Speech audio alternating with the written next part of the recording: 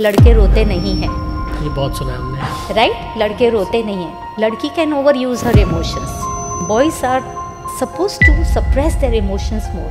That is one of the biggest reasons men have coronary failures, they have strokes, they have ulcers. आजकल बहुत ज़्यादा complications आ रहा है लोगों के रिलेशनशिप में, चाहे वो हस्बैंड वाइफ का हो, भाई बहन का हो।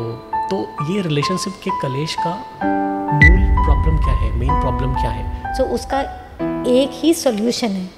कहीं पे सुना है कि अगर आप 7 घंटे की नींद नहीं लेते हो तो 300% मोर चांसेस है आपको कैंसर होने का। दुनिया की सबसे इम्पोर्टेंट चीज़ है, खाने से ज़्यादा नींद इम्पोर्टेंट है। मोदी जी कहते हैं मैं 4 घंटे सोता हूँ। देखो ये फैक्ट है क्या? देखो, मैं उसमें एक्चुअली नहीं घुसना चाहती हूँ, क्योंकि जो हम खाना खा रहे हैं सब कुछ तो कार्बाइड्स है, सब कुछ के अंदर तो सब कुछ मिला हुआ है। तो यू कांट हेल्प दैट। अब सब तो अपने घर में सब्जियां नहीं उगा सकते। स्पेशली आप देखो, ज़्यादातर आदमियों को क्यों हार्ट अटैक आता है, आदमियों को क्यों स्ट्रोक्स आते हैं, अल्सर्स होते ज़्यादातर। 70% times it is your mental health that is destroying you. मेरे को तो डर लग रहा है देखो कि हम लोग कहाँ जा रहे हैं मैम, हम कहाँ जा रहे हैं, कहाँ पहुँचने वाले हम लोग। आजकल लोग शादी नहीं करना चाहते हैं, जैसे हम लोग आजकल डिवोर्सेस देख रहे हैं, वैसे मैं ये चीज़ें भी देख रहा हूँ कि ना लड़का शादी करना चाहता है, ना लड़कियाँ शादी करना चाहती हैं। This is the gravest of the topic for the divorce. Her relationships में, हर चीज़ में अगर एक्सेप्टेंस हो जाए तो आपके अंदर ठहराव आ जाता है, आपके अंदर है ना वो बहुत सारी लड़ाइयाँ मर जाती है, आपका कंपटीशन मर जाता है। Ego is the biggest enemy of any relationship. Ma'am relationship को लेके ना आप कुछ अच्छे पॉइंट्स मेरे ऑडियंस के लिए कह दो। सो उसके लिए तो एक ही चीज़ है,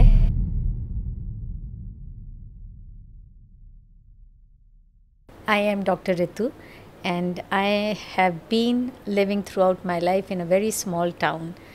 But yes, here I am in front of the camera, which is little overwhelming. But yes, the whole thing dedicates to my mentor, Dr. Bipin Kakkad. He was the hand behind me. He's still, it seems like he's still with me. So with each and every case, I just, take the cases the way he used to take cases. So here I am with you guys. Welcome ma'am. आजकल लोगों का ना lifestyle पूरा ख़राब हो चुका है, लोगों का मेंटल हेल्थ, लोगों का फिजिकल हेल्थ, हर वे में वो लोग डिस्टर्ब चल रहे हैं। एक है ना कि भाग दौड़ करे जा रहे हैं, बट किस चीज़ के लिए भाग रहे हैं वो पता ही नहीं है, जिस चीज़ के लिए भाग रहे हैं वो मिल ही नहीं रहा शायद। मिलता है, लेकिन जैसे ही मिलता है हमारा ग्रीड बढ़ जाता है कि अब ये always there is a step, you are going one step, मेरे को वो दूसरे सीढ़ी तक पहुंचना है, दूसरी सीढ़ी पहुंचते तो वो चौथी दिख जाती है, चौथी पर। So it's a never ending game. The greed बोलो उसको, या चाहत बोलो, या डिज़ायर्स बोलो, it's a never ending game. But yes, it 99% times it starts with your mental suppression.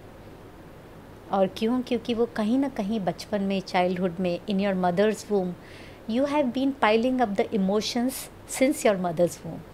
So I always से कि हमारे शास्त्रों में भी कहा गया है ना कि प्रेग्नेंट लेडी को हमेशा खुश रहना चाहिए, जाप करते रहना चाहिए, रोना नहीं चाहिए। उसके पीछे का रीज़न ही यही है, the more she is happy, she is going to give birth to a healthy baby, physically and mentally healthy baby, because whatever emotions she is experiencing, she is transferring into that unborn baby, right. तो हमारे emotions तो वहीं से pile up होना चालू हो गए। फिर बचपन में और इमोशंस कैसे होते हैं? For example Rishi, you and your sister, for example, you both are twins, or you both have a very less difference between your age. So if your sister falls, everybody is cuddling her, अरे बच्ची गिर गई, कोई बात नहीं, we are letting her use her emotions, overuse. ऋषि गिर जाता है तो बोलते हैं अरे बड़े बच्चे हो, लड़के को रोते थोड़ी ना है, बड़े बच्चे रोते थोड़ी ना है, तुम तो बड़े बच्चे हो, लड़के हो। The difference is here. So Rishi is not supposed to overuse his emotions. तो अगर उसको पेन है, दर्द हुआ है, यू हैव टू सप्रेस। लड़के रोते नहीं हैं, ये बहुत सुना है हमने। राइट, लड़के रोते नहीं हैं। लड़की can over use her emotions. तो आपने अपने इमोशंस, अपना एंगर, उस वक्त एंगर नहीं था, हर्ट थी, दर्द था, वो दबा लिया क्योंकि आपने ये बोला कि लड़के तो रोते नहीं हैं। Second example I give you, घर में आए दादा दादी, नाना नानी आते हैं, लड़कियां हक कर लेती हैं, वो लड़कियों को हक करते करते हैं। बॉयज़ का क्या होता है? शेक हैंड्स, तमीज़ से, छूना नहीं है, सो you are, boys are supposed to suppress their emotions more. That is one of the biggest reasons men have coronary failures, they have strokes, they have ulcers, because they have suppressed their emotions since childhood. आदमी रोते नहीं हैं. अब तो ठीक है, alpha mail है या जो भी मेल कहते हो तुम लोग इस दुनिया में, अब तो रोते हैं. बट पहले के आदमी इतने बड़े हो के तुम रो रहे हो, लड़के रोते नहीं हैं. सो लड़के नहीं रोते तो इमोशंस तो होते हैं ना, बट वो सप्रेस किए गए हैं. और शायद यही एक रीज़न होता है कि हम लोग अपने इमोशंस को सामने रख ही नहीं पाते. आता ही नहीं है. नहीं मैम, मुझे तो ऐसा लगता है कि मुझे बहुत इमोशंस आता है, बट मैं उसको कंट्रोल करता हूँ. ठीक तो है, मैं सामने कन्वे नहीं करता हूँ उसको. हाँ, क्योंकि आपने कंट्रोल करना सीख लिया है बचपन से. चाहे मम्मी पापा से सीखा हो कि लड़के रोते नहीं हैं, और अगर बहन ने डांट दिया तो कोई बात नहीं, बड़ी बहन है. So basically I mean to say कि लड़कियां can over use their emotions, लड़के suppress their emotions. But there is no one in the world who hasn't suppress their emotions around their life. देखो, मुझे ऐसा लगता है ना कि अगर आप अपनी फीलिंग्स को सामने रख देते हो तो कई बार आप हल्का फील करते हो. अभी थोड़ा टाइम पहले हमारी बात हो रही थी, तो मैम ने यही चीज़ अपने बेटे के एग्जांपल में बताया था कि वो किसी एक पेन में था. ठीक है, और मैम ने उसको बोला कि चलो ठीक है, पेन का कॉन्सिक्वेंसेस चाहे जो भी हो, ठीक है ना, मैं देख लूँगी. ठीक है, तो वो बच्चे को वहाँ पे फिर कॉन्फिडेंस आ रहा है. इस ये है ना कि वो बच्चा जब मैम से शेयर किया ना, तो अब वो लाइट फील कर रहा है. लेकिन तब तक, जब तक उसने ये कन्वे नहीं किया था मैम को या अपने प्रिंसिपल को, तब तक वो एक पेन में था. Most of the time we do not voice our suppressions out of embarrassment, out of being judged by others, out of the shame, because we have molded into such a situation to get set with the social structure. Emotions तो हम सब में ही हैं, but suppressed within, and they have become a part of our subconsciousness. और ये हमने deal कर लिया है कि हाँ है मेरे अंदर ये सारे इमोशंस है, बट दे एक सबकॉन्शियस लेवल पे बैठ गए हैं वो अंदर. But this is the most dangerous situation, because जो अंदर बॉयल तो हो ही रहा है ना, they are boiling it inside and now they are destroying your mind and your body. धीरे धीरे वो निकलते हैं. स्पेशली आप देखो, ज़्यादातर आदमियों को क्यों हार्ट अटैक आता है, आदमियों को कोई क्यों स्ट्रोक्स आते हैं, अल्सर्स होते हैं ज़्यादातर, because of the suppressed emotion. One of the reason, I do not advocate that mental health is 100% the reason for physical illness. No, there are other physical manifestations हैं, जैसे जेनेटिक डिस्पोजिशंस है, toxins in the environment है, your poor nutrition है, your lifestyle है, वो भी सब होते हैं फैक्टर्स. बट मेंटल हेल्थ एक ऐसा फैक्टर है where your bitterness, your anger, your jealousy, your hatred towards others, your stress, your anxiety, ये सारे के सारे निकल के आते हैं बीपी के अंदर, शुगर के अंदर, थायराइड के अंदर, सिस्ट के अंदर, in the form of skin rashes, in the form of ulcers, in the form of dandruff. Predisposition है, जेनेटिक टॉक्सिन्स भी हैं, but at the same time mental health is more important. ये सारे कहीं ना कहीं अटकते हैं ना, तब ये हाई बीपी है, ये शुगर की बीमारी है, क्योंकि ये मेंटल हेल्थ इश्यूज़ हैं. पुअर न्यूट्रिशन है, वो मेंटल हेल्थ नहीं है. टॉक्सिन्स इन द एनवायरनमेंट है, जो हम खाना खा रहे हैं, सब कुछ तो कार्बाइड्स है, सब कुछ के अंदर तो सब कुछ मिला हुआ है, तो यू कांट हेल्प दैट. अब सब तो अपने घर में सब्जियां नहीं उगा सकते, नहीं उगा सकते ना, तो वो भी इन्फेक्शंस के रूप में आपकी बॉडी के अंदर जा रहे हैं. बट उसको किसी भी तरीके से हम अपने घर में ऐसे बना सकते हैं कि उसका कम से कम इफ़ेक्ट हमारी बॉडी में आए.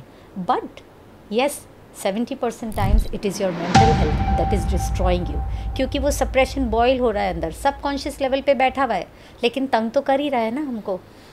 सो that is the reason our mind and body is not aligned. पहले कैसा था कि एक जॉइंट फैमिली होती थी, ठीक है, तो अगर घर में एक लेडी प्रेग्नेंट है तो घर में दादी सास है, नानी सास है, ससुर है, so everybody is taking care of you. अगर 2 जने आपसे नाराज़ हैं तो 2 जने आपका ध्यान रख रहे हैं. आज आपकी तबीयत ठीक नहीं है तो आप खाना नहीं बनाओगे तो चलेगा. स्पेशली प्रेगनेंसी में खाना बनाना, खाने को स्टैंड करना सबसे बड़ी प्रॉब्लम है कि वो स्मेल स्टैंड नहीं हो रही है, वो नहीं हो रहा है.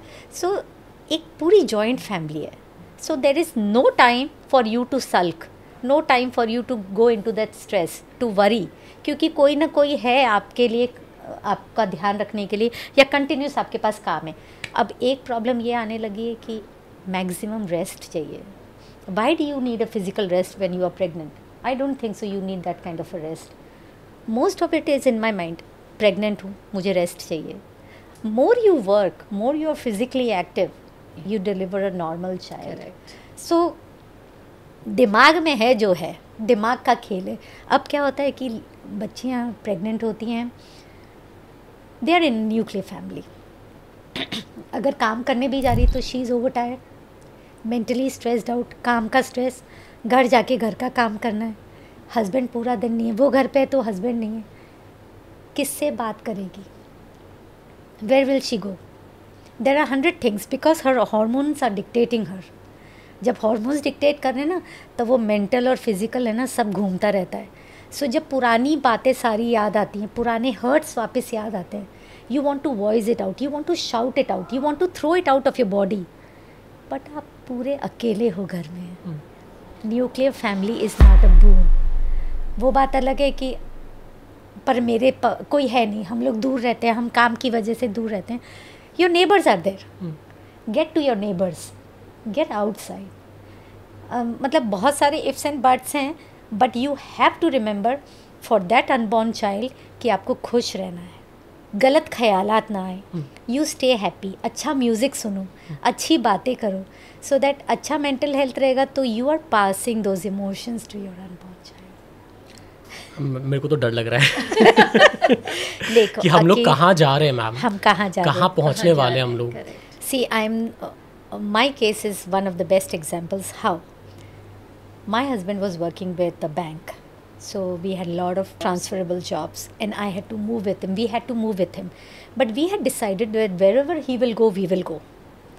चाहे वो अकेला रहे या मैं अकेली रहूँ, उसमें सबसे ज़्यादा नुकसान किसका हो रहा है, बच्चों का हो रहा है. Right, when you were saying कि फिजिकली वी आर स्ट्रॉन्गर, या जैसे भी we are stronger than it, but the fact remains males are stronger physically, we are more resilient in mind. Let's understand this fact. अगर आज मैं ऋषि के सामने खड़ी हो जाऊँ, चलो ऋषि और मेरी हाइट बराबर है, पर फिर भी इसकी फ़िज़िकल ताकत तो मेरी ताकत से ज़्यादा ही होगी, तो कहीं ना कहीं एक्सेप्टेंस हो जाए. सिर्फ इसी की नहीं, हर रिलेशनशिप्स में, हर चीज़ में अगर एक्सेप्टेंस हो जाए तो आपके अंदर ठहराव आ जाता है. एक आपके अंदर है ना, वो बहुत सारी लड़ाइयाँ मर जाती है, आपका कंपटीशन मर जाता है. So you are decluttering your mind. The moment you start decluttering your mind, good things automatically, you start becoming more creative in good things.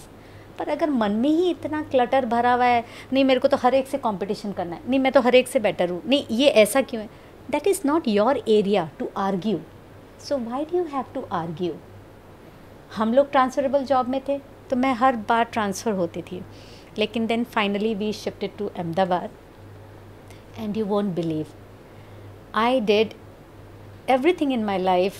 जो भी बैकफ्लार किया मैंने, PhD की मैंने, नेचुरोपैथी की मैंने, I am a yoga trainer, जो भी मैंने किया, I did everything under my mother in law, everything under her. वो ये एक ही बोलते थे, तुम जाओ मैं देख लूँगी. सो मुझे घर की तरफ से तो कोई ध्यान ही नहीं रखना था. She was taking care of my kids and I was okay. I am liking my husband, उन्होंने इसको बड़ा किया ना तो ये भी बड़े हो जाएंगे. You don't have to put yourself every time first. आज मैं यहाँ पहुँची तो इसे entirely because of my mother in law and because of my husband. ऐसा नहीं है कि हमारे बीच में डिफरेंसेस नहीं है, हैं differences, but we voice it out. जो चीज़ मुझे उनमें अच्छी नहीं लगती मैं इमीजिएटली बोल देती हूँ. I am an very impatient person. वो बहुत रेजिलियंस है. मतलब कई बार तो ऐसा लगता है he should be the women of the house, I should be the man of the house. Communication is so important, so important. हमारा वो जो ईगो है ना, उसने गलत किया, वो जब तक सॉरी नहीं बोलेगा मैं भी नहीं बोलूँगी, और हम चुप्पी साध के बैठ जाते हैं. अंदर आप भी बॉयल हो रहे हैं, अंदर हम भी बॉयल हो रहे हैं. रिजल्ट कुछ नहीं है. Let me tell you, if you are upset, if I am upset, if anybody at home is upset, सबसे पहला असर आता है बच्चों पे.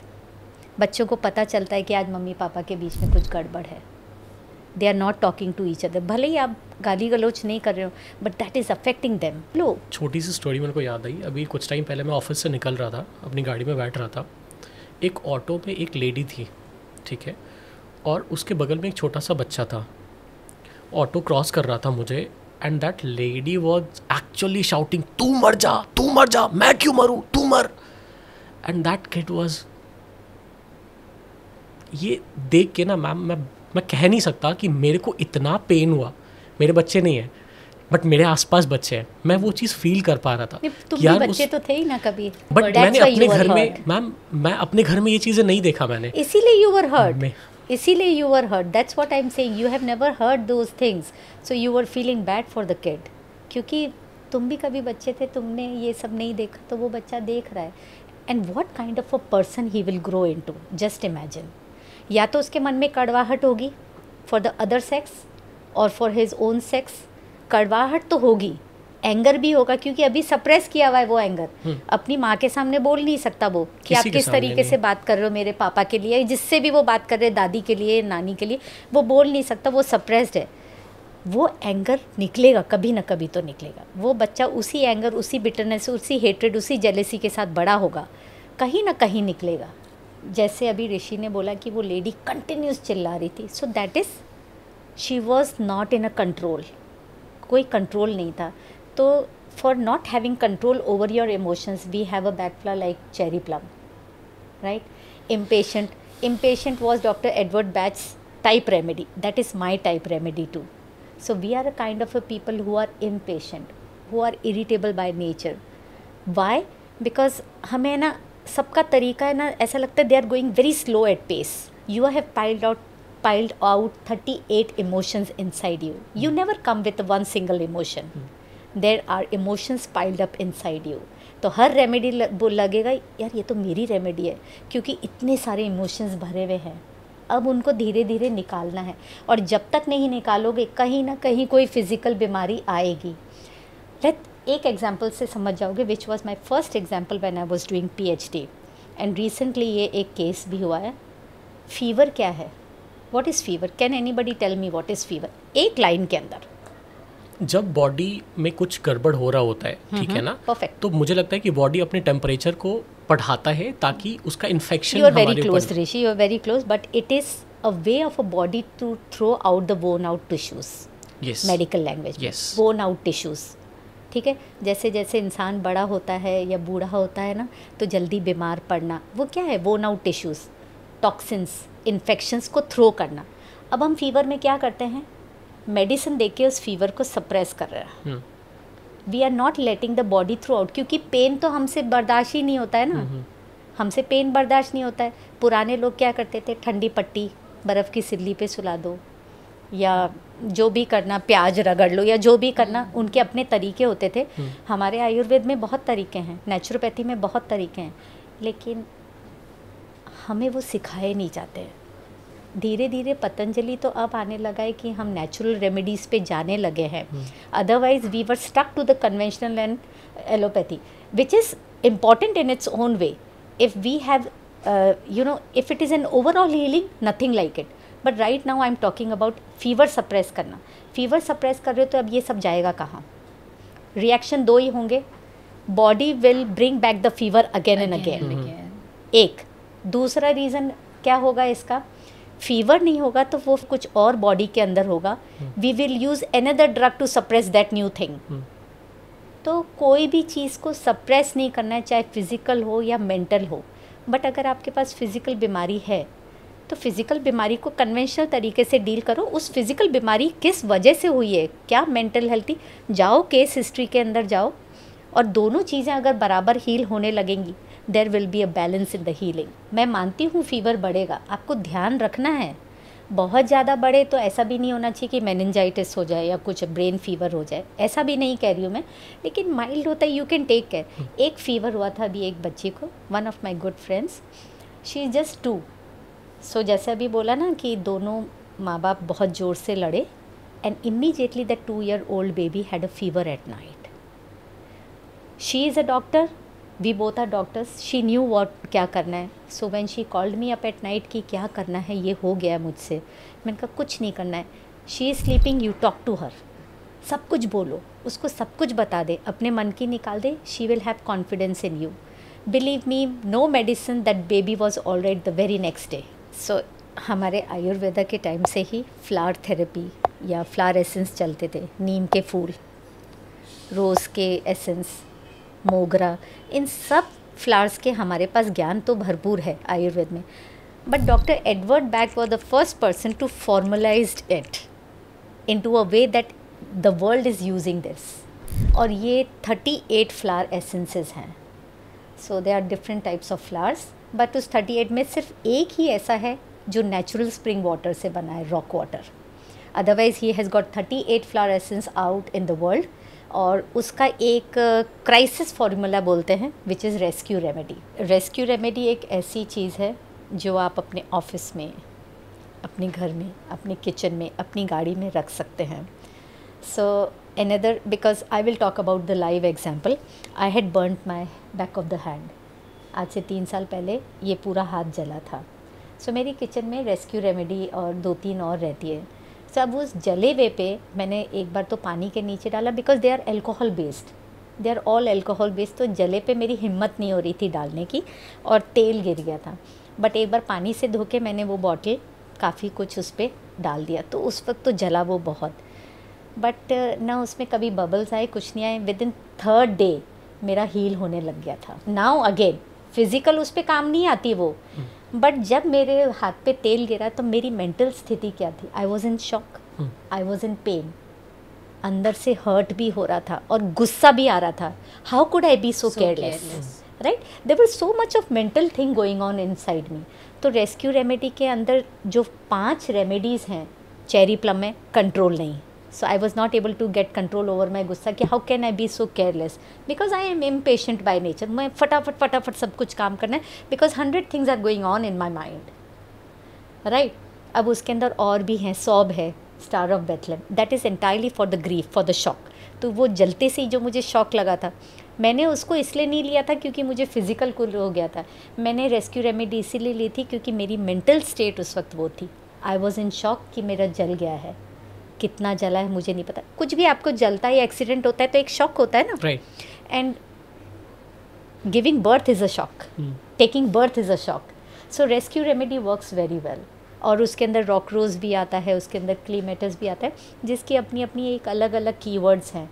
But if you read then if you say that 38 flower remedies मुझ पे लग रही हैं, तो अपने आप से पूछो कितने इमोशंस पाइल्ड अप है inside. So if you want to heal your physical health, तो उसके पीछे जाना होगा कि मेंटली क्या अपसेट है आपके दिमाग के अंदर। I will give you one more good example. Just before my menopause I was going through emotional and hormonal imbalance.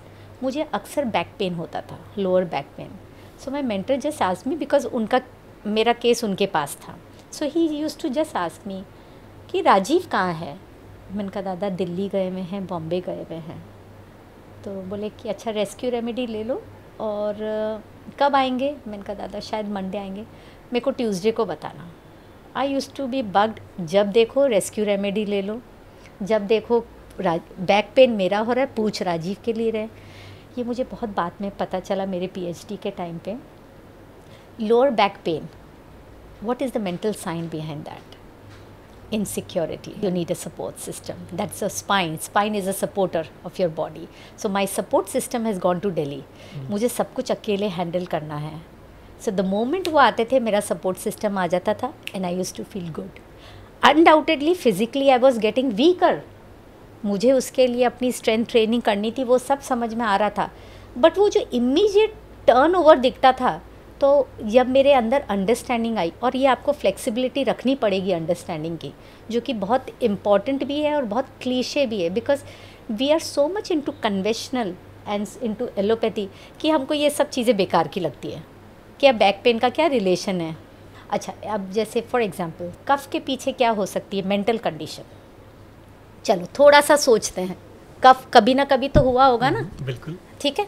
या तो हम ये सोच लें कि भाई हमने ठंडा पानी पिया, बट अगर थोड़ा सा डीप में जाते हैं, क्योंकि उसको कफ के बाद कोई एस्थमा हुआ वगैरह हुआ, that is because your irritability towards और कंडेमिंग योर पार्टनर और somebody close.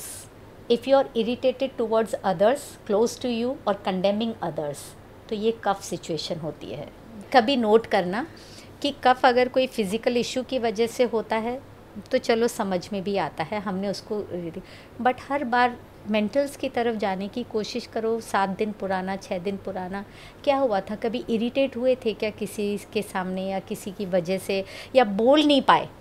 C you are irritated towards your close ones and you are not able to speak to them, you are not able to say, तो वो कफ बनता है, वो गला खराश होता है। एस्मा की भी एक बहुत इंटरेस्टिंग कहानी है कि if you are having skin issues, और स्पेशली विमेन, आजकल थोड़ा पिगमेंटेशन हो जाता है, थोड़ा सा कुछ हो जाता है, या एजिंग होने लगती है, दुनिया भर के क्रीम है हमारे पास, वो क्या करते हैं, हमारे जो निकल रहे हैं उनको सप्रेस करते हैं। We do not let our cells age gracefully. होएगा तो सही ना एजिंग, लेकिन स्किन एकदम ब्लेमिश फ्री चाहिए, स्किन एकदम वाइट चाहिए, स्किन में पिगमेंटेशन नहीं होना चाहिए। भाई धूप में निकलोगे तो होगा, एज होगी तो होगा, वॉट्स भी होंगे, कॉन्स भी होंगे, या जो भी पिंपल्स भी होंगे, एक्ने भी होंगे, बट हम जो उनको सप्रेस करते हैं ना दवाइयों से, वो स्किन इश्यूज़ निकल के आते हैं एस्थमा के अंदर। एस्थमा से फिर रियूमेटिज्म जाता है। मतलब निकलना उसको है, चाहे आप ऊपर से सप्रेस कर लो। आपने सप्रेस किया तो कहाँ निकला है, किसी और रास्ते से एस्थमा से निकला है। अब आपने एस्थमा को सप्रेस कर दिया तो रियूमेटिज्म में निकलेगा कहीं ना कहीं। तो जो हमने फीवर बोला था ना, रिएक्शन सप्रेशन कहीं ना कहीं तो निकलेगा। So I always say self help is important. अगर आज मैं कह देती हूँ कि I need healing, I mean I am approaching, I am at least addressing my healing, I am at least addressing my emotions, I am seeking for help. Seeking for help is self healing first. अगर help seek किया तो मतलब आपने self help तो की है। And keep your mind open to each and every modality that is present. और हमारे पास तो खजाना है आयुर्वेद का, नेचुरोपैथी का, और दीज ऑल थिंग्स, इनको बोला गया था ना कि इनको दबा दिया गया था, और फिर हम जिस राह पे चल गए हैं तो उसके बाद तो एक के बाद एक आप दवाइयाँ खाते रहो। आपकी एक बार शुगर हो जाती है ना तो वापस कभी नहीं ठीक होती है, आपको लाइफ लॉन्ग शुगर की दवाइयाँ लेनी पड़ती है। बीपी आप लेते रहो, इन सब दवाइयों के साइड इफ़ेक्ट्स होते हैं। आपकी किडनी अफेक्ट होती है क्योंकि आपने तो उनको सप्रेस किया, उनको दबाया है, आपने इनको निकाला नहीं है शरीर से। और शरीर से निकालने का एक ही तरीका है, इसको भी एड्रेस करो, मेंटल हेल्थ को भी एड्रेस करो, किस वजह से ये आपको हुआ है। मैम एक छोटा सा पॉइंट मेरे पास है, मैं हाइपरटेंशन के मेडिसिन लेता हूँ, ठीक है, हाई ब्लड प्रेशर है मुझे, तो कभी कभी ऐसा मेरा मन करता है कि यार छोड़ के ना कुछ सोल्यूशन की तरफ जाए, बट इधर से पापा पैनिक कर जाता है कि तू मेडिसिन क्यों नहीं खा रहा, तूने क्यों छोड़ दिया, आज तूने दवाई ली। जब भी मैं बोलता हूँ पापा तबीयत ख़राब सी लग रही है, सर दर्द हो रहा है, तो वो परेशान हो जाते हैं, मतलब तू मेडिसिन नहीं खा रहा है।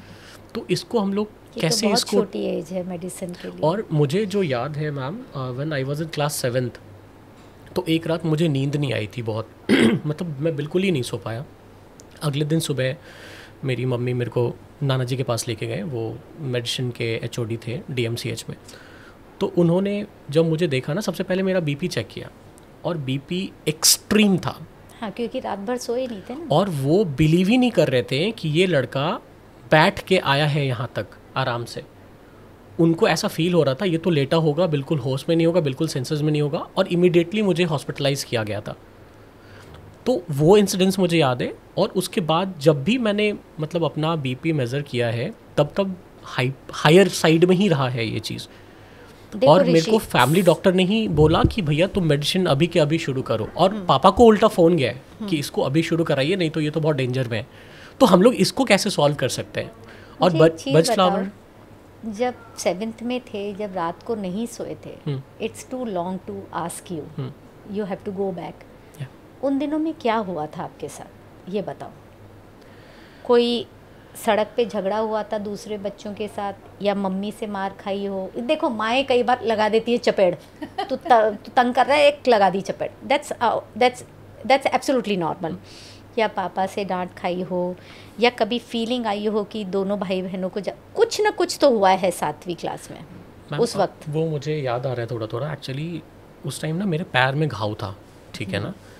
और मतलब BP के साथ में मेन इशू जो उस टाइम निकला ना, मेरा किडनी डैमेज हो रहा था, कुछ पार्शियल डैमेज हुआ था, और मैं काफ़ी टाइम तक उस टाइम एडमिट रहा था। तो फर्स्ट स्टेज में मतलब वो मेरा लाइक सो नहीं पाना, बेचैनी, घबराहट, हाँ, तो वो ये चीज़ थी। वो अंदर। So that is, I guess that is genetic, और that you were born with some element of kidney. और क्योंकि इतने छोटे बच्चे को किडनी की प्रॉब्लम हो तो that has to go back to your mother wound जिसे हम बोलते हैं, कि माँ के पेट से ही कहीं कुछ गड़बड़ लेकर आए हो। तो मम्मी की अगर प्रेगनेंसी डिफ़िकल्ट रही होगी तो आपका बर्थ डिफ़िकल्ट रहा होगा और वो धीरे धीरे करके, since you were just in 7th baby थे तो आप बच गए क्योंकि बॉडी में ताकत होती है वो लेने की। बट हाउ जितना ज़्यादा क्रॉनिक हो जाता है केस बीपी का, तो अब उसके बाद क्या हो गया, अब फियर डेवलप हो गया कि भाई इसका ध्यान रखना है, इसको कुछ हो नहीं जाए। तो पापा के मन में भी फियर डेवलप हो गया, तुम दवाई ले रहे हो नहीं ले रहे हो, और आपके मन में तो फियर है ही, मैंने दवाई नहीं ली तो मेरा दूसरा दिन बिगड़ेगा, राइट, मैं ऑफिस नहीं जा पाऊंगा, मुझे कुछ हेल्थ इशू हो जाएगा। तो ये फियर हमेशा रहता है दिमाग में। So this is kind of an emotional turmoil. और दूसरा जो बीपी है, that you have taken it as a physical thing, वो तो आपके अंदर था ही, क्योंकि 7th क्लास में है तो either you go back to the main history कि क्या हुआ होगा बचपन के अंदर। पापा को भी बीपी इश्यूज है मोस्ट ऑफ द टाइम। अगर जेनेटिक डिस्पोजिशन होता है ना तो ये हेरिडिटी होती है, अदरवाइज हमारी ईटिंग हैबिट्स हेरिडिटी होती हैं। घर में फॉर एग्जांपल मेरी मदर इन लॉ को हाई बीपी रहता था, मेरे ब्रदर इन लॉ को हाई बीपी है, मेरी सिस्टर इन लॉ को भी हाई बीपी है। My husband is not taking medicine. So you have to change the eating habits. तो ये लोग क्या करते थे, खाना खाने से, टेस्ट करने से पहले ऊपर नमक छिड़कते थे, क्योंकि बीपी वाले मरीज़ थे तो नमक तो इनकी घरवालियों ने कम ही डाला होगा, तो टिकाओ नमक पहले खाने से पहले। तो खाने से पहले ही, क्योंकि स्वाद जवान पे कंट्रोल तो था ही नहीं, तो वो ईटिंग हैबिट्स जो है ना सब में सेम थी, मदर इन लॉ से लेके राजीव के अंदर। सो मैंने राजीव का नमक बंद कराया, राजीव की ईटिंग हैबिट्स चेंज हुई, he is not taking any medicine right now. तो इसको हम हेरिडिटी नहीं बोलेंगे। कई बार आप कुछ चीज़ें जेनेटिक नहीं होती हैं तो आप उसको चेंज कर सकते हो with your lifestyle. A massive change in your lifestyle, a massive change in your sleeping disorder change करो, massive change in your eating habits, you can change lot of things. Ma'am तो मेरे लिए क्या remedy है फिर? That is again one thing, my life is decluttered. अब at the age of 53-54 मुझे बहुत ज़्यादा कुछ चाहिए नहीं, एंड नॉट दैट कि माई लाइफ इज़ एंडिंग, मुझे बहुत ज़्यादा मटीरियलिस्टिक चीज़ नहीं चाहिए। I want everything for myself but not anything to show it off. तो मेरी लाइफ मेरे तक कंस्ट्रक्टेड है, in a sense I am die hard fan of my own self, taking care of my own self and my family. तो मुझे इससे ज़्यादा की चीज़ें ज़्यादा समझ में नहीं आती हैं। तो मेरा एक ही ध्येय होता है कि रात को नींद बराबर आ गई तो बीपी का इशू गया, शुगर का इशू गया, आपकी स्किन का इशू गया, आपकी मेंटल हेल्थ का इशू गया। नींद आपका मेटाबॉलिज्म भी चेक करती है, नींद आपकी ये सारी चीज़ें चेक करती है। द डे आपने नींद को गड़बड़ कर दी, दूसरे दिन आया तो आपको कॉन्स्टिपेशन हो जाएगा, दूसरे दिन आपका पूरा का पूरा बिगड़ेगा, कुछ ना कुछ गड़बड़ होएगी। तो नींद दुनिया की सबसे इम्पॉर्टेंट चीज़ है, खाने से ज़्यादा नींद इम्पॉर्टेंट है। मोदी जी कहते हैं मैं 4 घंटे सोता हूँ, आप 3 या 4 साढ़े 3 घंटे ही सोते हैं, मतलब 7 घंटे तो सोना एक अमूमन एक शरीर को चाहिए। आप 3.5 घंटे ही सोते हो। ये बात आपकी सही है। मेरे ये फैक्ट है क्या? देखो मैं उसमें एक्चुअली नहीं घुसना चाहती हूँ, क्योंकि नहीं, बीइंग अ डॉक्टर आप बॉडी को बहुत अच्छे से समझते हो। हाँ, हो सकता है उनको 4-5 घंटे की नींद बहुत हो, क्योंकि again how sound he is mentally is the most important thing. उनका ध्येय सिर्फ ये है कि इंडिया की ग्रोथ हो, प्रो मोदी एंटी मोदी की बात नहीं हो रही है। जैसे मैंने अभी मेरी बात की ना कि मेरा पूरा ध्येय है कि मेरी फैमिली हेल्दी रहे, मैं हेल्दी रहूं, राइट। अगर उनका पूरा ध्येय यही है कि इंडिया की ग्रोथ चाहिए, मुझे अपने लिए कुछ नहीं बनाना है, मुझे पीछे कुछ नहीं छोड़ के जाना है, तो आपका माइंड तो फ्री है ना। तो फिर आपने काम किया और सोए। मैंने दिन भर में अपना काम किया, घर का काम किया, अपने केसेस देखे और सोए। मेरी कोई सोशल लाइफ नहीं है, मेरी सोशल लाइफ मेरा घर ही है, मेरी social life my husband my kids. दिन में 10 बार बात कर ली उन लोगों से, रात को टाइम से सो गए, कोई सोशल लाइफ नहीं है, and I don't miss it. Problem ये है कि हम अपनी सोशल लाइफ मिस करते हैं। मेरा कोई फ्रेंड नहीं है, मेरे पास कुछ नहीं है, मैं कहाँ जाऊँ सैटरडे को, मैं बोर हो रही हूँ। और बोर होके भी कहाँ, फ्री टाइम कहाँ जाते हो? जाके सिर्फ कैफ़े में जाते हो, जाके सिर्फ पब में जाते हो। तो अपने लिए किया, आप तो सिर्फ फ्रेंड से ही मिले, एक टाइम पास किया, but what solid have you done for yourself that will revert back to you. See, जो भी नॉलेज आती है या जो आता है विथ एज आती है, और जो भी आप में समझ आती है वो एज के साथ ही समय आएगी, के साथ ही आएगा। समय के साथ ही समझ आएगी। तो एट वन पॉइंट ऐसा भी होता था कि we are a set of 3 friends जो हम हॉलीडेज़ पे जाते हैं, तो अगर कभी 2 गए तो मेरे मन में भी आया कि वो 2 ही क्यों गए, मैं क्यों नहीं गई। वो एज अब हम क्रॉस कर चुके हैं। मैंने समझने अभी की। कहीं पे सुना है कि अगर आप 7 घंटे की नींद नहीं लेते हो तो 300% मोर चांसेस है आपको कैंसर होने का। नहीं, ऐसा नहीं है। देखो कुछ ऋषि मुनि ऐसे भी हैं जो 3-3 घंटे की नींद में भी उन्होंने निकाला है। मोदी जी जैसे आपने बोला 4 घंटे की नींद में भी, कोई 5 घंटे की नींद में भी। उनकी लाइफस्टाइल वैसी है, उनकी सोच वैसी है और उनकी नीड, बॉडी की रिक्वायरमेंट वैसी है जो कि ढल चुकी है वैसे ही। बॉडी को वो क्लॉक ही वो ही समझ में आ रहा है। मेरी बॉडी का जो क्लॉक है उसको 8 घंटे की नींद ही समझ में आ रही है with my age and with my kind of lifestyle. मेरी बॉडी को मैंने समझा दिया है कि भाई 8 घंटे चाहिए, तो उसमें क्या बुराई है। Why do we have to compete, भाई वो तो 4 घंटे ही सोता है तो भी तो वो चल रहा है, भाई तो तुम्हारी बॉडी अलग है, that's okay. You just be bothered about yourself, what your body requirement is, what your mental health requirement is. सबकी mental health अलग होगी, उनका घर अलग है, उनकी family अलग है, तो उनकी mental health अलग है। Your physical health is different from others, so your mental health is different from others. So why compete and why go into all those media things जो आती है ना, 4 घंटे की नींद, ये मत खाओ, वो मत खाओ। आपकी बॉडी को जो सूट करता है खाओ, सूट करना चाहिए। That should not affect in otherwise way, it should suit your body. और ऐसा भी होता है क्या मैम, हम लोग अपने बॉडी को एक जैसा ढाल देते हैं, मतलब बना देते हैं वैसा। बिल्कुल। जैसे मुझे चाइनीज़ फूड मेरे को सूट नहीं करता, मैं अगर कंज्यूम भी करता हूँ तो मुझे लगता है कि वो तो फ्लश हो गया। बिल्कुल ठीक है, तो क्या मैंने खुद को ऐसा बना दिया है ऐसा बना या मेरा नहीं दिया बॉडी ही ऐसा है? देखो, एक तो your kidney is weak, okay, एक योर हाइपरटेंशन, राइट। अब ये सारे के सारे पैक्ड फूड हैं, प्रिजर्व्ड फूड है which have salt and sugar content, that doesn't suit your body. Go by this, right. मुझे ये सब चीज़ें सूट नहीं करती, मुझे पसंद भी नहीं है, क्योंकि मेरे दिमाग में ये सेट है, क्योंकि हमने जो बचपन में छोटे शहर में खाया है, एवरीथिंग फ्रेश कुक्ड। घर में सब्जी का गार्डन था तो सब्जी तोड़ी बनाया। तो अब बाहर जाके खाती हूँ ना, तो वो मेरा बॉडी अपोज करता है, रिजेक्ट करता है, it wants to throw it out. तो घर, कैफ़े से लेके घर तक के रास्ते में आई प्यूक एवरीथिंग आउट। तो it is there in the family, they say ये तो सारा निकाल देगी, ये तो इसके ऊपर तो पैसे वेस्ट करना खाने पे बेकार है, क्योंकि ये सारा my body rejects it, it cannot accept it. But I enjoy going out. See, you have to be flexible. I enjoy going out with them. मैं उनके साथ खा भी लेती हूँ, मुझे मालूम है निकालना है, निकाल देंगे, बात ख़त्म हो गई। ज़्यादा लोड लेने का नहीं। My family happiness is important. अरे जाओ ना, खा लो, जिसको निकालना है वो निकाल दो, कैसे भी निकालना है निकाल दो। कोई प्यूक करके निकाले, जो कोई फ्लश करके निकाले, जैसे निकालने निकालो। Happiness is more important, right, and being with your family is more important. I always से वॉक इज़ अ मिथ। कोई बोलता है ना मैं वॉक करके आया आज, walk is a myth. Walk is only for aged people, 80+ जब आप काम कर सकते हो तो थोड़ा बहुत तो एक स्पोर्ट खेल सकते हो या रन कर सकते हो, right. You can do this much.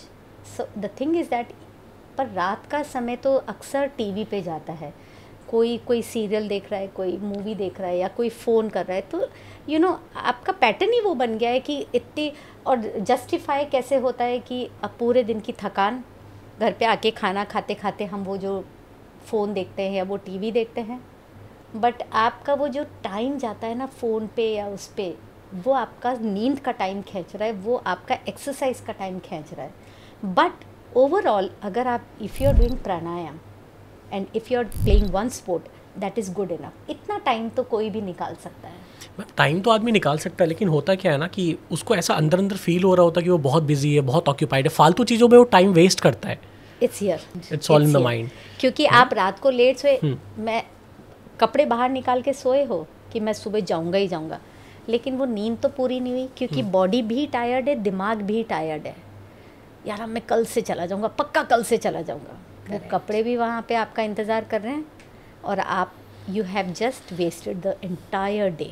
Ma'am, जैसे हम लोग भी काम वाले लोग हैं, है ना, तो बहुत बार ऐसा होता है कि मैं अपने, मतलब प्रायोरिटी अपने हेल्थ को नहीं देता हूँ या अपने माइंड को नहीं देता हूँ, मैं काम को प्रायोरिटी देता हूँ। ये कितना इम्पैक्ट करने वाला है, मुझे हील करो यहाँ से आप। नहीं, देखो, कमाना एक ज़रूरत है, और वो ज़रूरत है अभी, क्योंकि अगर आप अभी नहीं कमा पाओगे तो बची कुची फिजिकल हेल्थ और मेंटल हेल्थ भी जाने वाली है, ट्रस्ट मी। वो सोर्स तो चाहिए जो कि ज़िंदगी काटने के लिए ज़रूरी है, मैं वो मना नहीं कर रही हूँ। आप कमाने का टाइम भी तो है ना आपका, 10 से 7 होगा, 11 से 8 होगा, चलो 1 घंटा और 9 घंटा, बट अब उसको ऐसा बना लो 1 घंटे का टाइम बीच में मिलता है किसी को, लंच वंच का कोई भी नहीं निकालता है, चलो वो भी नहीं निकालते हो, कोई टाइम बीच का ऐसा बना लो कि पूरे ऑफिस को 1 घंटे का ब्रेक मिले। उस 1 घंटे के ब्रेक में फटाफट कपड़े बदल के कहीं तो कुछ एक ऑफिस में ही एक छोटा सा जिम बना लो या कुछ ऐसा करो। There are many exercises which do not require anything, या एक रन करके आ जाओ, अगर मौसम साथ दे रहा हो तो एक रन करके आ जाओ, आधा घंटा एक काम ये कर लो अपनी हेल्थ के लिए, आके फटाफट से change your clothes, then you are working faster, क्योंकि you have done something for yourself. खाना खा लो, 1 घंटे बाद वापस तैयार हो, या तो सुबह कर लो या दोपहर में स्क्वीज़ कर लो। मतलब ये तो दिमाग में बैठाओगे तो निकलेगा टाइम, अगर बैठाओगे ही नहीं और दिमाग में बोलते जाओगे नहीं आज ये बहुत सारा काम था, ये बहुत सारा, उसके बीच में फिर ये समझो कि कितनी देर फ़ोन पे वेस्ट किया या कितनी देर किया। प्रोडक्टिविटी तो वैसे कम होती है ना, बेटर है कि पॉज ले लो। Take my example of my daughter, she was a boxer and my son was a tennis player, so he is preparing for Iron Man now.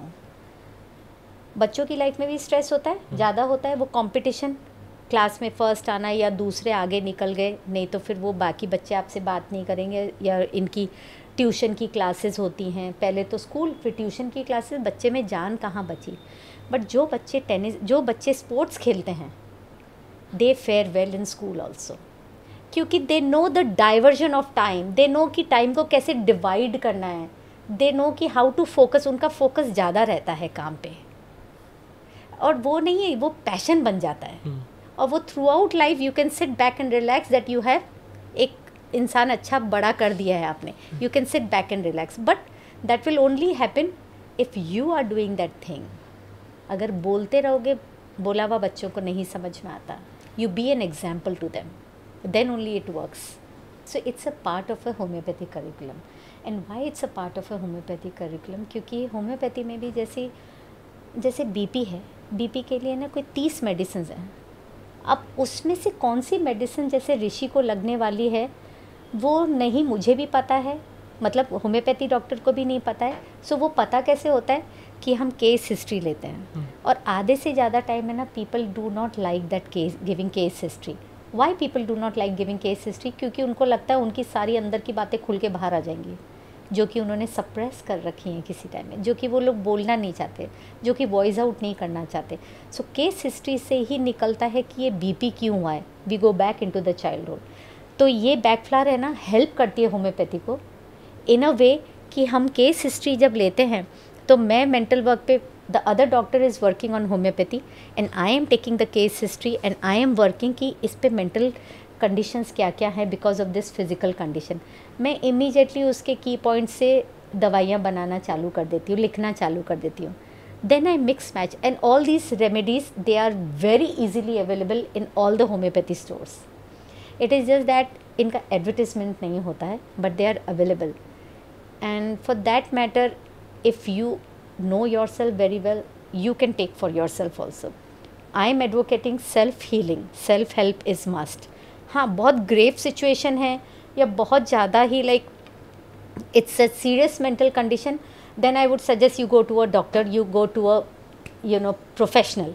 But in an initial stages, please try and connect with your own mind. You can help yourself. You can help take backflow very easily, क्योंकि इसके कोई side effects नहीं है. Trust me, no side effect whatsoever. मैं तो इतना mix and match करके लेती थी मेनोपॉज के टाइम पे. Even for my kids I keep on giving. My husband is facing some issue right now, उनका माइग्रेन का इशू है, तो बराबर होम्योपैथी भी चलती है और बैकफ्लावर भी चलती है. डिप्रेशन के लिए, जैसे depression is a big word, I do not like taking depression because उसमें कैसा होता है, there are stages from sadness to severe mental conditions, तो उसकी वो स्टेजेस होती हैं. बट अगर आप डिस्पोंडेंसी स्टेज में हो या आप डिप्रेस्ड माइल्ड डिप्रेशन स्टेज में हो, तो there are medicine like gentian, mustard है, but they are not very cheap, but they are cheap.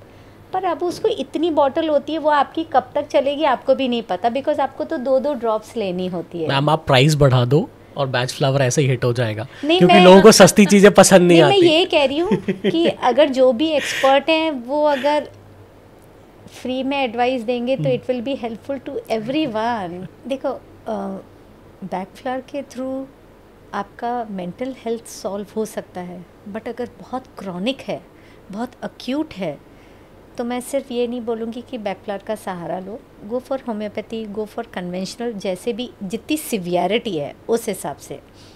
But अगर हम उसको बड में ही कवर कर लेंगे, बड में कवर करने का, when Rishi is saying base, so Rishi how do you go into onion पील, देखा है प्याज होता है ना, तो प्याज के अंदर तक कैसे जाते हैं, छिलका उतारेंगे, फिर दूसरा पील, फिर तीसरा पील, तभी अंदर तक जा सकेंगे।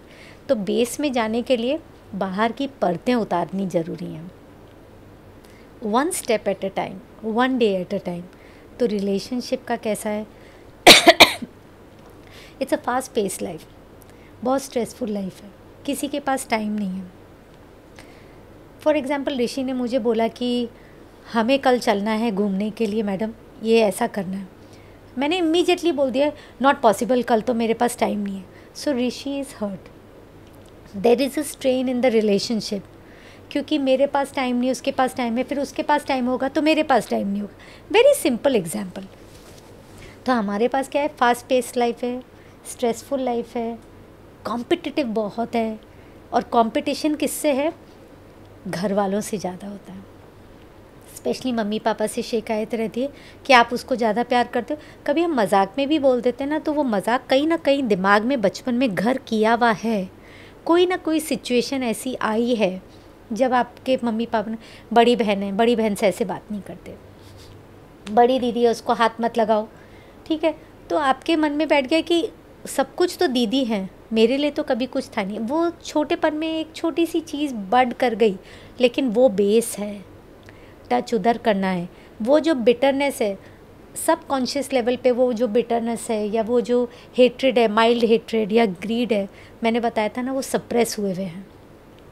बहन है, बहन से तो लड़ नहीं सकते, रिश्ते तो दुनिया के सामने दिखाने कि हम बहुत सक्सेसफुल हैं, लेकिन घर से ही रिश्ते बिगड़ते हैं ज़्यादातर। सो उसका एक ही सॉल्यूशन है, वॉइस इट आउट। आपको तकलीफ़ है, वॉइस इट आउट। रिलेशन को और ज़्यादा ख़राब करने से बेटर है, उसको सब कॉन्शियस लेवल पे दबाने से बेटर है, वॉइस आउट कर दो, मुझे आपसे ये प्रॉब्लम थी। हो सकता है बोले मुझे तो पता ही नहीं ऋषि कि मुझे तुमसे प्रॉब्लम थी या तुम्हें मुझसे प्रॉब्लम थी।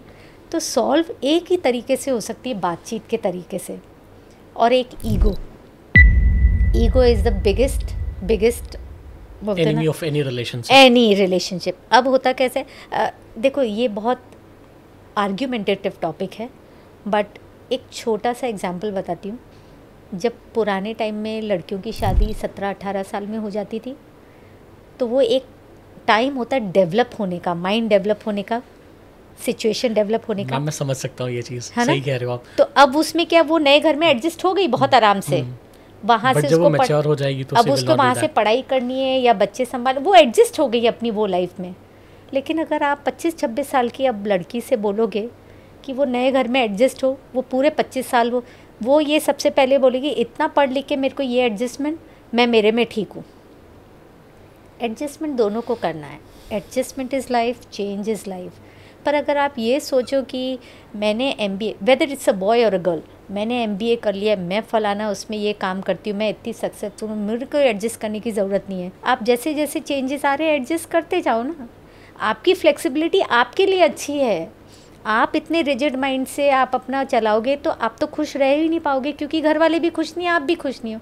तो बी सेल्फिश, आपको अपनी खुशी देखनी है, एडजस्ट कर लो, फ्लेक्सिबिलिटी ले आओ। अच्छा थोड़ा सा ये करने से ऐसे हो जाएगा, ठीक है, हो जाने दो, क्या दिक्कत है।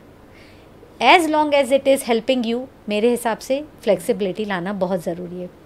Your relationship will be better, professionally भी और पर्सनली भी। आप घर से दुखी होकर सुबह निकलोगे तो प्रोफेशनली आप सारा दिन किसी न किसी पे चिड़चिड़ करोगे ही करोगे, और यहाँ से लेके घर जाओगे और घर जाते वो बच्चे कूदेंगे, आप अपनी सारी फ्रस्ट्रेशन बच्चे पे निकालोगे।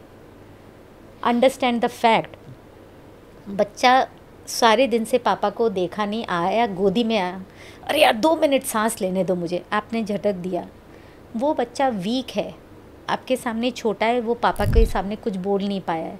ही has suppressed, she has suppressed her emotions and you are, वो किस लिए आया है, या तो हक के लिए आया है, या कोई शिकायत मम्मी ने आज ऐसा किया, या कोई शिकायत लेके स्कूल में मेरे साथ ऐसा हुआ, क्योंकि उसको मालूम है सिर्फ पापा ही सॉल्व कर सकते हैं।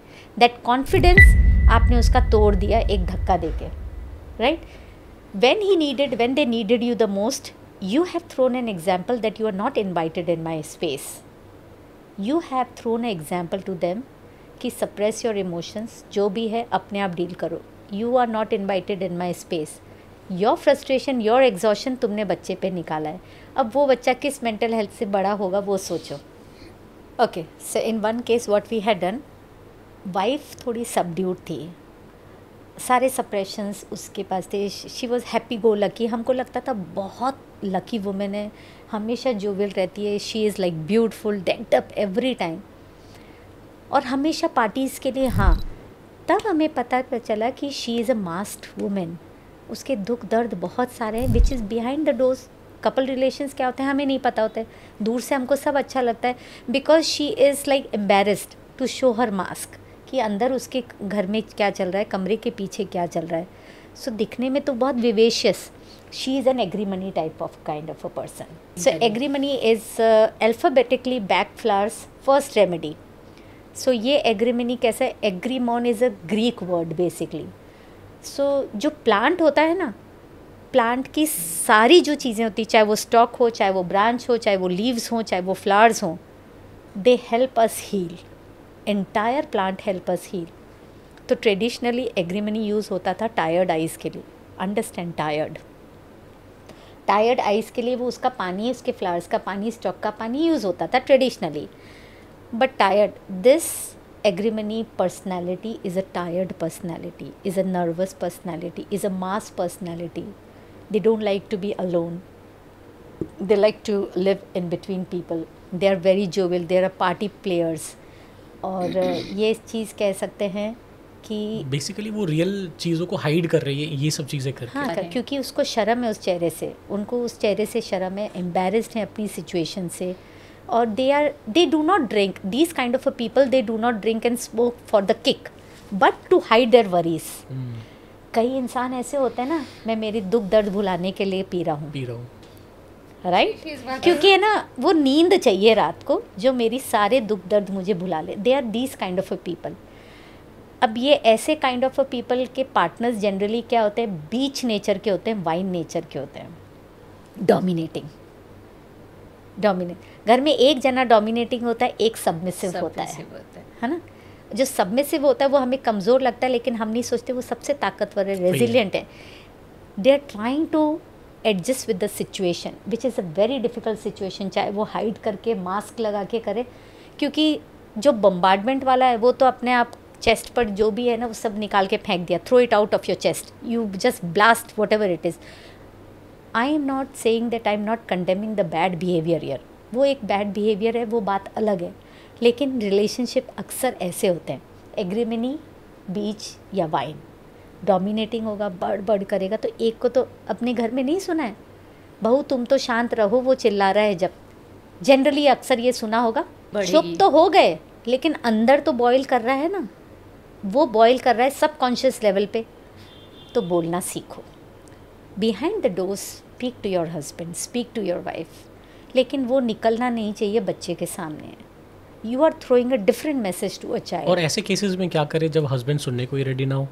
देखो उसके लिए भी फिर मतलब नॉट जस्ट हस्बैंड, आपका पार्टनर सुनने के लिए रेडी ना हो। देखो कहीं ना कहीं ऐसा होता नहीं है ना, फ्लेक्सिबिलिटी बिल्कुल ही नहीं सुनने को तैयार है, तो कहीं ना कहीं उस इंसान में कोई गड़बड़ है, तो हमें काउंसलिंग की ज़रूरत है। व्हेन आई ऑलवेज से कि जब kids are going through the first puberty, take them for the counselling. हमारे यहाँ पे काउंसलिंग ट्रेंड नहीं है, क्योंकि अभी माना भी जाता है। हाँ, नेगेटिव माना जाता है। आप कोई भी काउंसलर के पास जाएगा ना, छुप छुपाते हुए ही जाएगा, क्योंकि दुनिया से इसके ज़रूर कोई प्रॉब्लम है।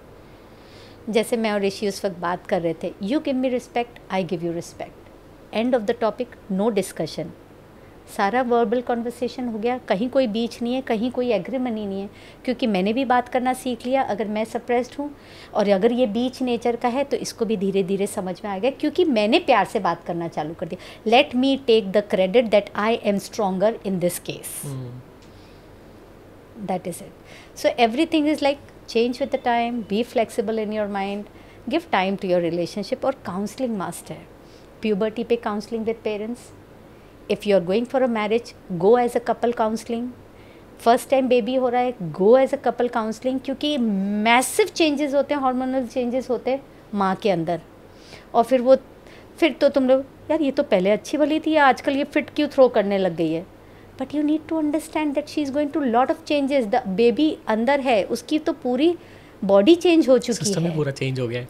So a woman doesn't deliver a baby, entire house is delivering a baby. Be with her, be sympathetic with her. एक मेरे पास एक इम्पॉर्टेंट टॉपिक है जो मैं चाहूँगा कि आप एड्रेस करो ऑडियंस के लिए। आजकल लोग शादी नहीं करना चाहते हैं, और ये मैं देख रहा हूँ एक्चुअली। जैसे हम लोग आजकल डिवोर्सेस देख रहे हैं, वैसे मैं ये चीज़ें भी देख रहा हूँ कि ना लड़का शादी करना चाहता है, ना लड़कियाँ शादी करना चाहती हैं।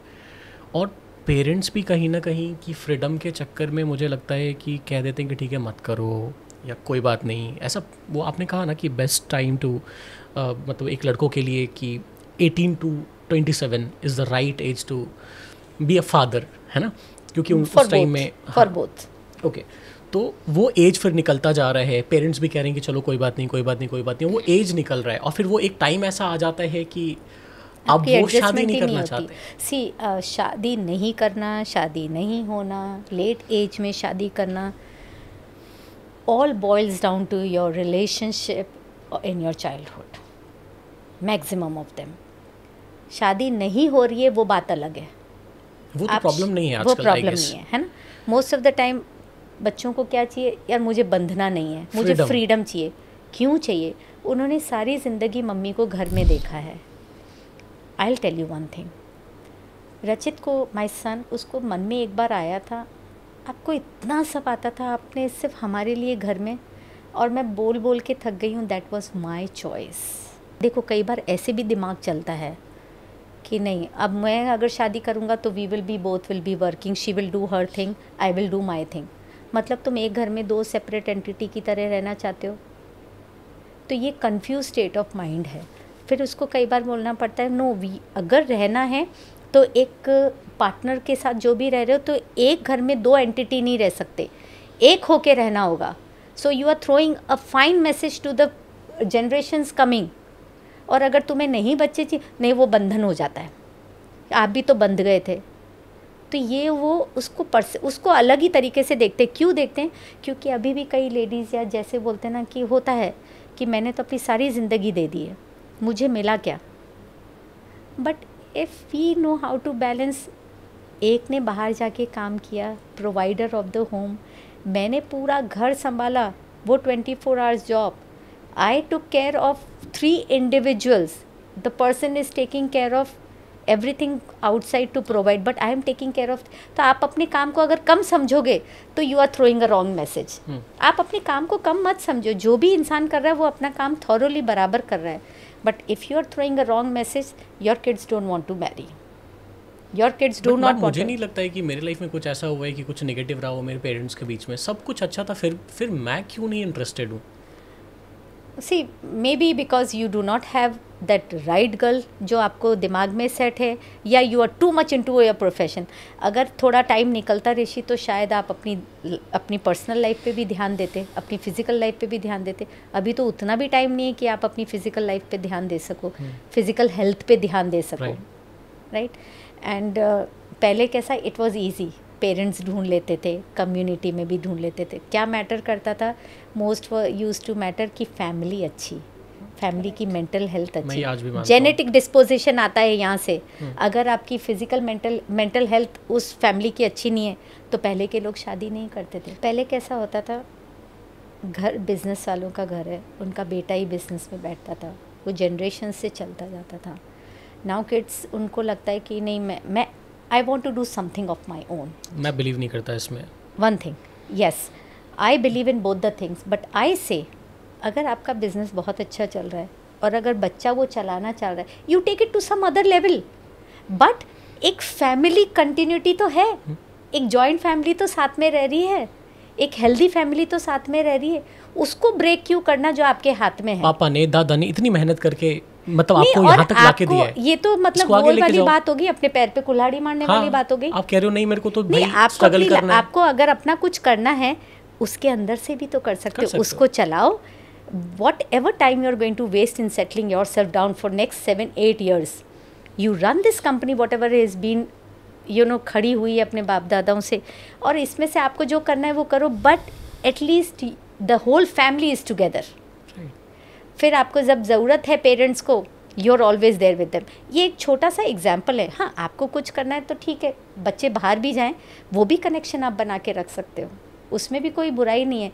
But the thing is that there has to be an open minded relationship where you are talking to everyone. अगर आज आप बच्चे का स्कूल ढूंढने जा रहे हो तो सिर्फ माँ बाप को जाने की कहाँ ज़रूरत है, बच्चे को साथ में लेके जाओ। चार स्कूलें देख रहे हो, बच्चे को चारों दिखाओ। Let the kid choose the school, let the kid be responsible for choosing his thing. वहाँ से आप उसको सिखा रहे हो द कॉन्फिडेंस, वहाँ से सिखा रहे हो चूज़ योर ओन पाथ। हर चीज़ हमको स्पून फीड क्यों करनी है? जैसे अभी तक की बातों से ना कम्युनिकेशन एक टॉपिक निकला है, वैसे ही मैं नोटिस कर रहा हूँ कि family is also important, very important, very important. और मैं तो इस चीज़ में एक फर्म बिलीवर हूँ इस चीज़ का, क्योंकि मैं भी पीछे जॉइंट फैमिली में रहा हूँ। It's very important for your calm and poised mind. A happy family is very important.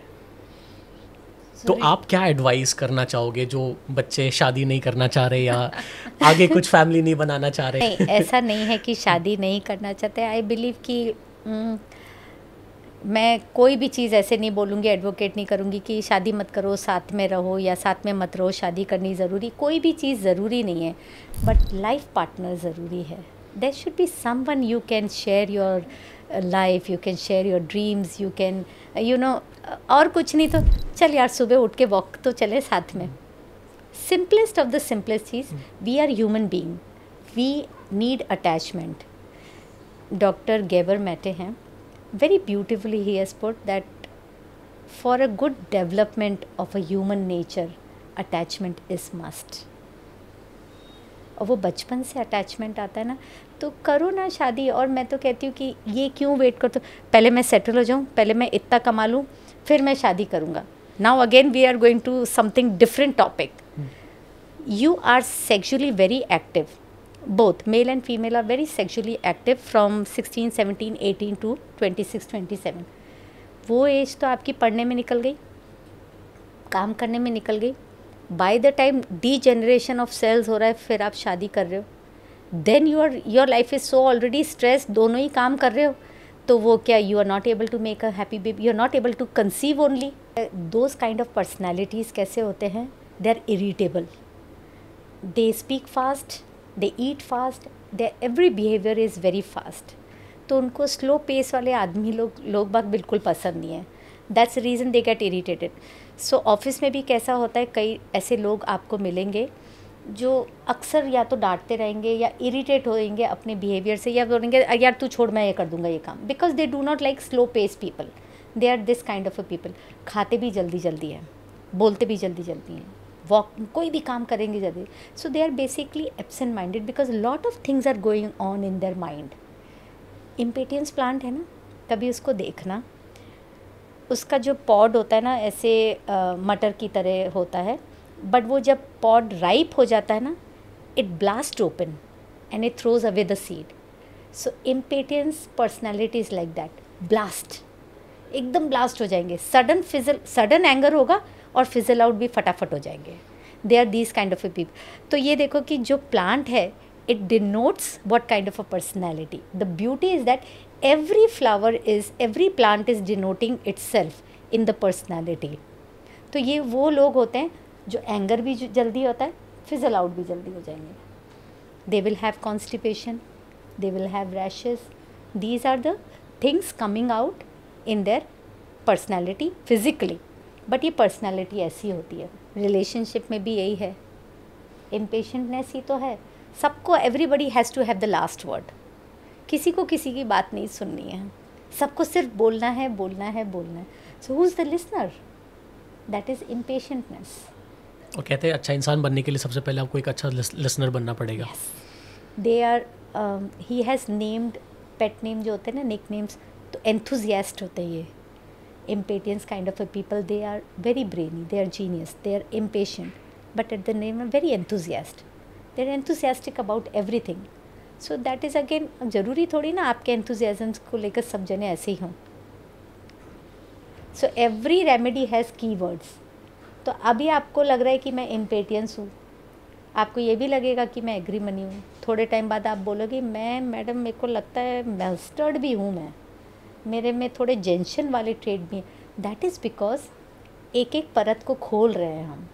बहुत सारे इमोशंस हैं जो पाइल्ड अप हैं, तो वो सारे इमोशंस अब आप अपने आप को सेल्फली देख पा रहे हो कि मेरे अंदर ये भी है, ये भी है. तो पर्सनालिटी रेमेडी तक बाद में पहुंचते पहले एक एक परत खोलनी पड़ती है. मैम आपने एक बात कही थी ना कि जब हम होम्योपैथिक में मेडिसिन देते हैं तो उसमें नाम या कोई टैग नहीं होता है. हाँ. तो ये मेरे को सब याद आ रहा था कि यार सही में ये जो हम लोग जाते थे पापा के साथ में स्कूटर पे बैठ के ना, तो बस हमारे को तो बॉल्स लगते थे मीठे, और खाने में भी मज़ा आता था. हाँ, हर चीज़ का एक पर्पस होता है. ये पर्पस होता है, क्योंकि उसमें अगर मैं आपको बता दूंगी कि मैंने आपको ये दिए, आप उस रेमेडी के मेंटल सिम्टम्स पे जाएंगे और फिर आप वापस सोचने लगेंगे मेरे को ये सब थोड़ी ना जो दे दी. और आधा टाइम है ना लोग बाग होम्योपैथी डॉक्टर के पास इसलिए नहीं जाते हैं, एक तो वो मेडिसिन नहीं बताते हैं और स्लो प्रोसेस है क्योंकि साइड इफेक्ट नहीं है. में हम हैं इम्पेटियंस, हमें चाहिए क्विक रिजल्ट. मैंने अभी ऋषि को यही बोला था, whatever you are taking you can continue with that, you start taking this also. वो कहीं हिंडर नहीं करेगी, लेकिन जैसे जैसे इसका बॉडी में असर आने लगे उसको हम टेपर कर सकते हैं, जिसका भी साइड इफेक्ट है. आई am not naming anything, but जो भी मेडिसिन का साइड इफेक्ट है उसको धीरे धीरे टेपर करने लगो. कब टेपर होने लगती? When you are addressing your mental health और आपको कॉन्फिडेंस आ रहा है आपकी बॉडी पे और आपके वेल बीइंग पे, तो धीरे धीरे वो दवाइयाँ वैसे भी कम तो होएंगी ना, और that is an automatic thing. Common sense की बात है. So that is where you address your body, you address your physical health, you address your mental health. Ma'am relationship को लेके ना आप कुछ अच्छे पॉइंट्स मेरे ऑडियंस के लिए कह दो. ठीक है, ये बहुत इंपॉर्टेंट है. और मैं एक्चुअली क्या है ना कि मेरा ये पूछने का पर्पस ही यही है कि लोगों की रिलेशनशिप ठीक हो. सो उसके लिए तो एक ही चीज़ है, have resilience, no ego hassles, and you need to have a conversation with your partner day in day out. So the balance of relationship will automatically happen. अगर ईगो नहीं है और अगर कॉन्वर्सेशन प्रॉपर है, and there has to be equality in mind. और बहुत अच्छा लगा मैम आपके साथ बात करके. और मैं सच में ये मैं ऑनेस्टली बोल रहा हूँ कि मेरे मन में अभी भी एक्चुअली बहुत सारे सवाल हैं. मैं बहुत इसके अंदर मैं डीप और घुसना चाह रहा हूँ, क्योंकि मुझे ऐसा लग रहा है कि जैसे जैसे मैं सुन रहा हूँ ना, मैं कुछ ना कुछ चीज़ों को रिलेट कर रहा हूँ. ऑल्दो मैं आप एज डिफरेंस है हम दोनों के बीच में, बट आपके जो वर्ड्स हैं ना कहीं रिलेटेबल है. मैं उसको समझ पा रहा हूँ. मैं क्योंकि वो मेरे भी एक्सपीरियंस है, मेरे पेशेंट्स के एक्सपीरियंस है, मेरे पेरेंट्स के एक्सपीरियंस है. सो बोलते हैं ना, with age you experience more and that is your knowledge basically. और उनके पास जो खजाना है ना, वो जितना है वो हम इनबाइब भी नहीं कर पाएंगे with this kind of life we are leading.